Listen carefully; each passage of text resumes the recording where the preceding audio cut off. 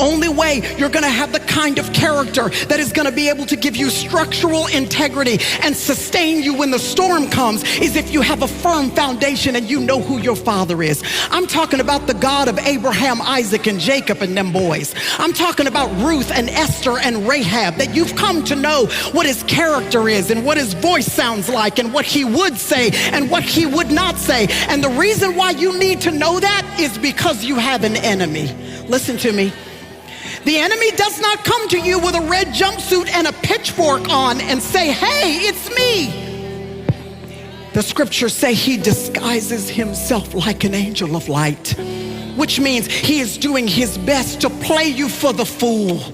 He's doing his best to look and sound as close to the truth of God, his voice to sound as close as possible to what it is that God's might sound like, so that he can confuse you. And if you have not taken time to get to know your father, then you will be easily deceived. Just get to know who your father is. When babies are small, you might go to a pediatrician, and I remember being told that I needed to be careful about my habit of taking my children when they weren't yet walking and just bouncing them playfully on their legs. I remember my pediatrician saying to me, be careful about that, because oftentimes if you put too much weight on their legs too soon, because their bones are still malleable and their spine is really still forming, that if you put too much weight on them too soon, there can be just a slight distortion that you cannot see when they're little, but when they get older, there'll be a slight out of alignment in their hips. There'll be a slight distortion, a slight limp when they walk that you could not see when they were little. But you can see it when they grow up because there was too much weight put on them too soon.